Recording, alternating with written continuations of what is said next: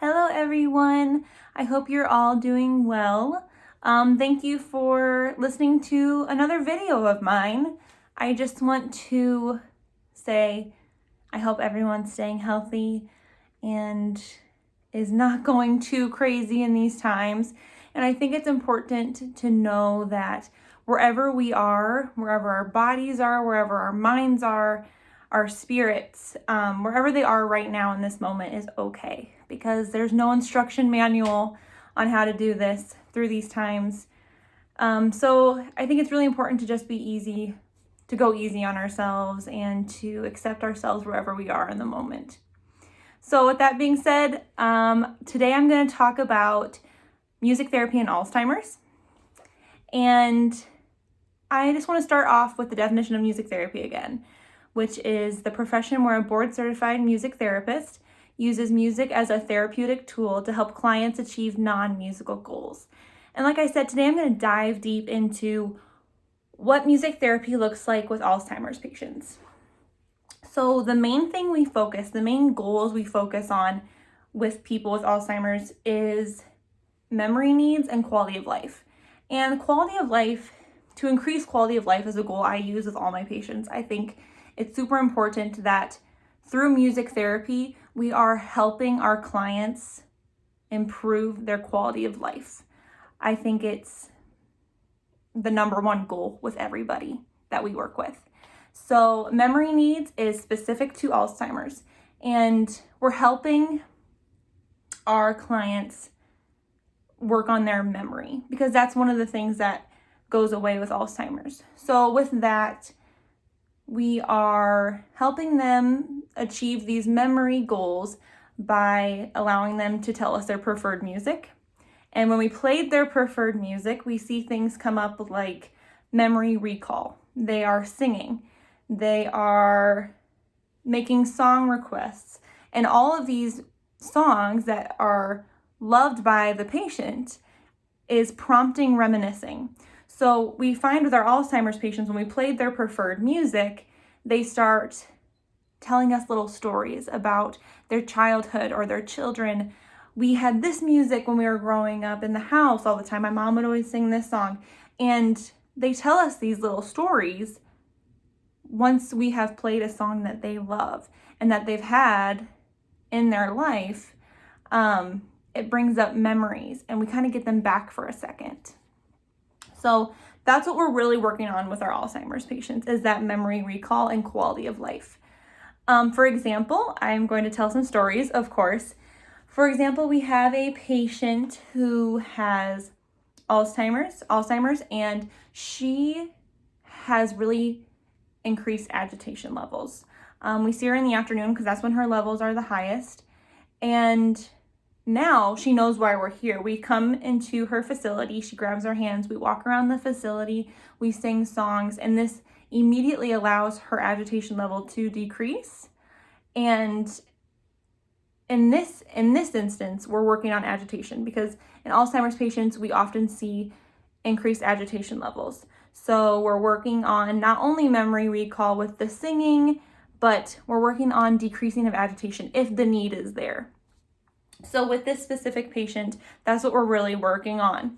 And like my supervisor always says, it's a marathon, not a sprint. So it hasn't always been this way where she knows why we're here and the agitation level goes down. You have to find your groove with your patient. And we're trained as music therapists to really have trial and error to see what will work with our patients. So it takes a lot of time. It takes time to build our relationship and our rapport with our patients, which is super important as a base and as a solid foundation to really help and to really allow the patient to work on their goals and to show progress. So with this specific patient who has Alzheimer's, we come in and she holds our hand and we sing her preferred music. And immediately her rapid speech, her agitated speech is gone. And she starts singing unintelligibly along with us. And by the end of the session, she's in her bed, asleep and relaxed and at peace. And her preferred music and the music therapy allows her to do that. Another story I have is we have this patient who is in his early stages of Alzheimer's, and he's struggling with the fact that he has this disease. And so some of the session is spent processing and talking about it with him. And that's a big thing with our Alzheimer's patients who are really in those early stages, is we can help them process and help them express themselves. So with this specific patient, we spend time processing and communicating our feelings about it and his feelings about it. But the huge part of the puzzle with this patient is the music. He loves music. He's spent his life going to concerts, to symphonies, to musicals, and he just loves music. And so the session is spent with him singing along with us and requesting his preferred music and singing and talking about the music itself. And before we get there, his speech he trails off in the middle of sentences. He's unable to get to his point of his story or point of his sentence without trailing off. And when the music is present, there's no trailing off. He can get to his point. He's there with us. He's very aware of what's happening.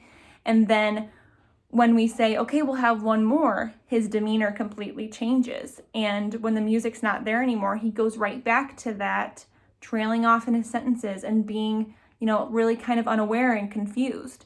And so that just shows with this specific patient that when the music is present is when we can make progress.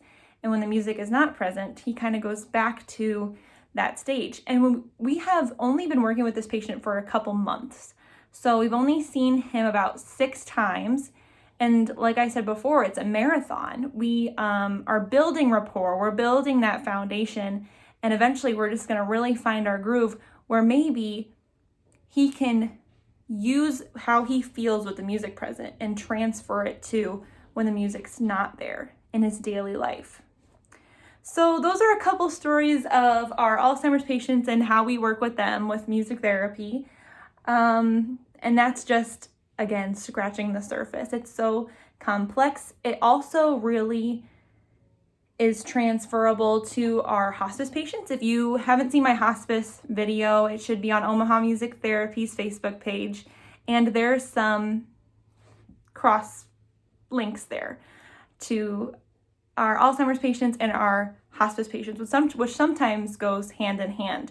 So if you want to check out those videos, they're on the Facebook page. Thank you for listening to this video, and I hope to see you next week. Have a good one. Bye.